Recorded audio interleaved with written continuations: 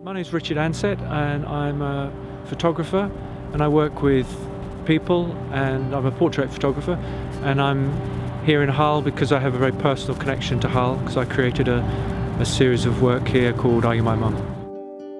One of the reasons that motivates me as a photographer is my adoption from birth, and because I was adopted in 1966 I don't have any information about my parents and where I came from. That information wasn't made readily available. So my early life and in my interest in photography started as a way of me trying to connect to other people's lives and find an excuse really to have a poke about inside everyone else's life and see how they were doing it. There is that sense in the adopted psychology of potentially always either consciously or subconsciously having something missing or feeling dislocated.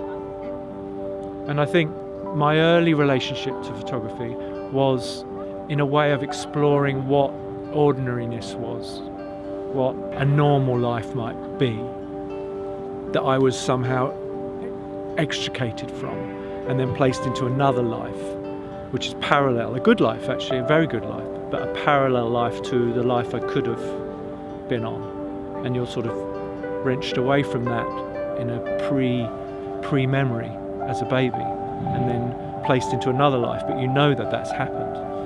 And so photography, accidentally I stumbled across photography because I had great parents that threw everything at us to see what would stick, and photography seemed to be a very immediate way that created a response in me that I thought this was interesting. And I learned very quickly, without realizing that I was learning it, that I could explore other worlds and see how I fitted in relatively to that.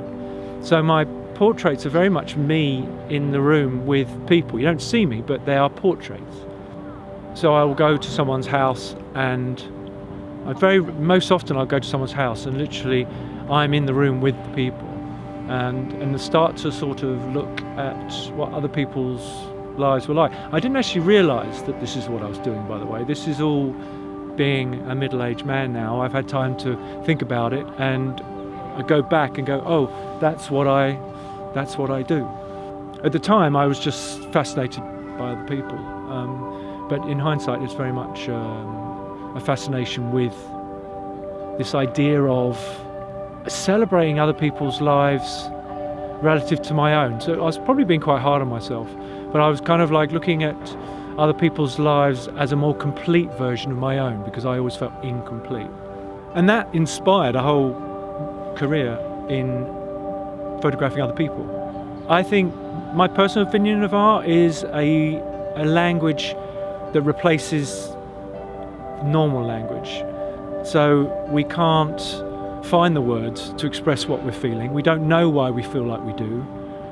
And that includes people who may consider themselves not to be artists, because many people feel dislocated, but they don't know why they feel dislocated. I'm very lucky. I have a reason to blame for my sense of dislocation. A lot of people are wandering around feeling dislocated, and they don't have that luxury of being able to label it as adoption.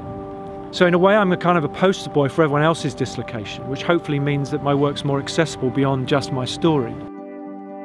I can't talk for other artists, but I think art is a way of expressing ourselves in a way that we can't find a way to express in another way. So I think painting or photography or anything is a way of trying to find a voice where you couldn't find the language to communicate your feelings. And I think particularly, again, going back to the adoption experience, you don't realise the impact of being separated from your birth mother at an early age until you investigate how traumatic that is subconsciously. So you don't know that it's causing you issues. So if you're dislocated for another reason and you don't know why, there's so many other reasons where you may feel that you don't belong, and you want to find that voice, and maybe you don't have the education for it, maybe you haven't got the vocabulary to communicate, but you may want to, I don't know, find a way to communicate your feelings by spraying something on a wall or any other form of art. And it's when you find that artistic medium that screams out to you and says, yes, that's me, that's my voice, you continue to do it, and it's pathological. You keep returning to it. And actually, the frustrating thing is that other people don't hear that voice initially. They don't understand that's you screaming. They just see your work. And actually, but over a long period of time, you kind of combine the two of learning to communicate what you're doing. I've worked very hard on myself to find out why and who I am, and the complexity behind my story that's led me to do this work. And it hasn't changed my work. Well, it doesn't feel like it's changed my work. I think potentially it has, but I'm still doing the same dislocated work, the same responses there, even though I know so much more about myself. But I think introducing, like my parents did, to throw everything at you, to see what happens, to give people an opportunity to find their voice with a medium that suits them. It has enormous therapeutic value, because it gives you an opportunity to express yourself instead of having this bottled up pressure rising in you and not knowing where it's going, that can limit you in your idea of what being a successful person can be. And I think it can really give you an opportunity, at the very least, just to depressurize from that feeling of not belonging. Of course, there's lots of movements like punk and stuff which goes out of its way to be sort of anti-establishment and nihilist, but that's a form of expression too. But I think we've moved on from that now, where people are now looking into mental health is now a more talked about sort of area, and we can now sort of be more specific about why we feel nihilistic, rather than just be nihilistic or be anti-society. You know, politically, you might say, oh, you know, art's not important right now, we've got other important things to be focusing on, whereas actually there's a huge importance for people to be able to feel like they can express themselves, especially recently. I don't know if we could mention something like the need to express one's feelings in lockdown, when potentially you're trapped in a space with people that you may not feel that you can communicate your feelings to. You may be able to go into a room and do some very aggressive line drawing, or, you know, it is hugely valuable. There's two things that are valuable in my mind that art does, and in photography does specifically as an art form. One, it's the use to the artists themselves, and the other thing is the use to the subject. If you're photographing a subject, you're shining a light on somebody. You're literally saying, I see you, and you're saying, I hear you. Like you're saying, you're cared for, you're important. That's really important to do that. And some people don't want that. Some people really don't want that, but some people really do want that. And actually there's a reason why someone may not be ready for that either. But part of my practice now, having evolved through a more of a selfish practice of just me wanting to find out who I was through exploring other people, now I have made some progress with that myself. I see now that photography is more useful as a way of saying, I care about you, I'm interested in you. Are You My Mum is the ultimate project, whereas before I wasn't focusing in so much on myself. I was kind of, whilst my portraits are sort of about me in the sense of I'm in the room, they are always been about other people. My artistic practice was always about me exploring myself through the lives of other people. Are You My Mum was shining that spotlight on me and saying I'm valuable too, waking up to that realization that I had value and self-esteem and start to work on that. But also this, I've never been worried about or thought about my biological parents my entire life, up to a point in my mid-30s, and I started to think about my biological mother for the first time very late. Not that I wanted to meet her, but I thought that the only way that she could contact me or know me was if I opened the door, and I had chosen up to that point not to open the door. So I felt I started to have a difficult relationship to my unknown biological mother, because I thought I had a responsibility to open that door for her if she wanted that relationship, which is not entirely honest, because clearly there was a part of me that would want that too. and I wasn't quite at that point ready to accept that. So I decided to go through the process of seeing what that felt like, and I employed a private investigator. I went to the council to get my file, and I got my original file. And you sit in this counselling room and you open the file and you look at stuff and you learn stuff. And funnily enough, the more you learn about your past, the less you really know.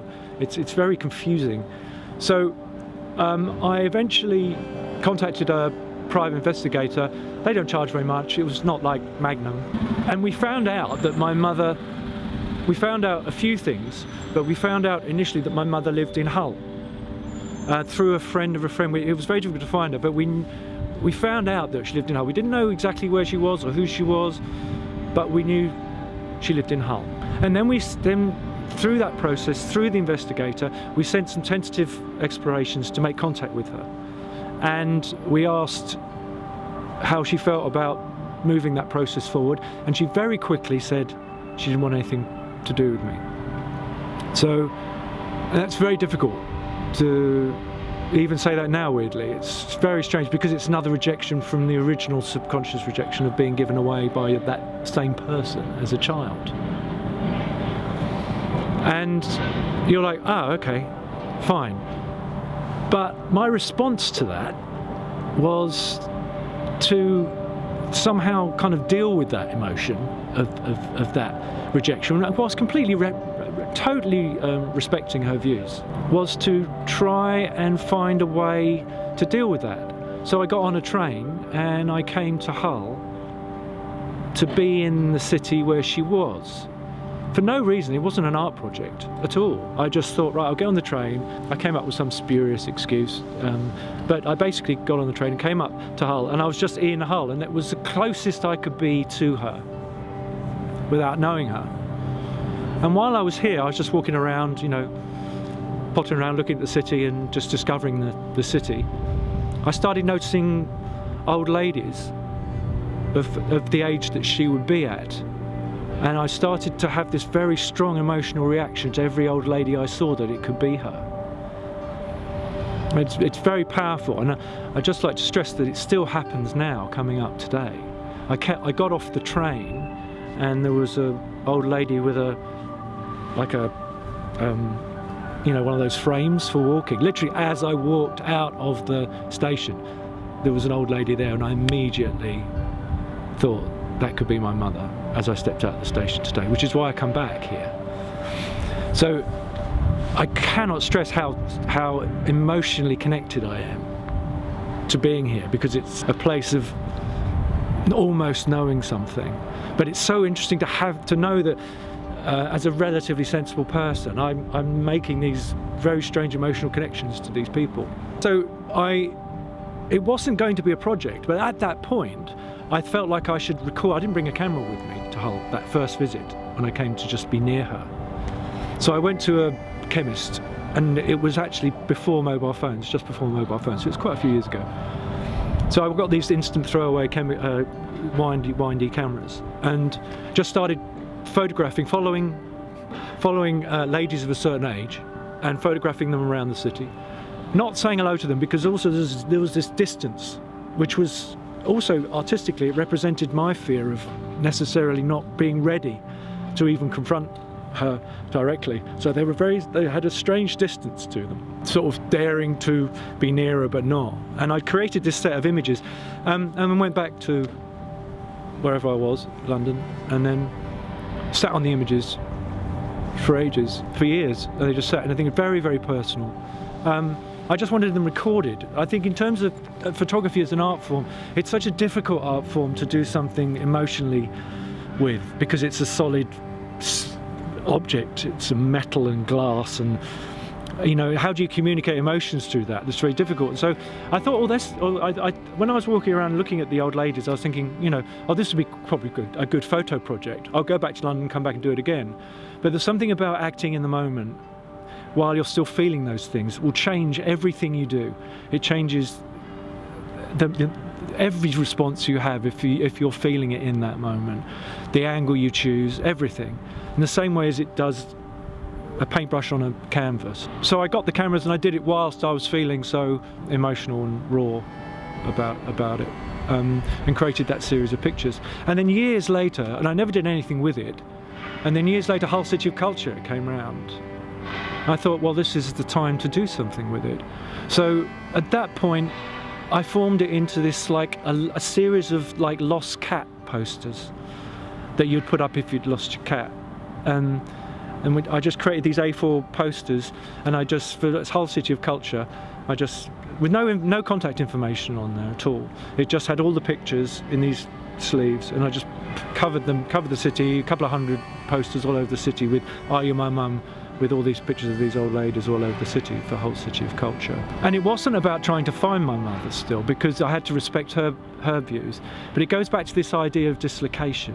It goes back to this idea that not knowing is okay, because sometimes you just don't know stuff, and there's no point just going crazy about that. Not knowing can be part of your life, and the project was really about that, about it being okay not to know something.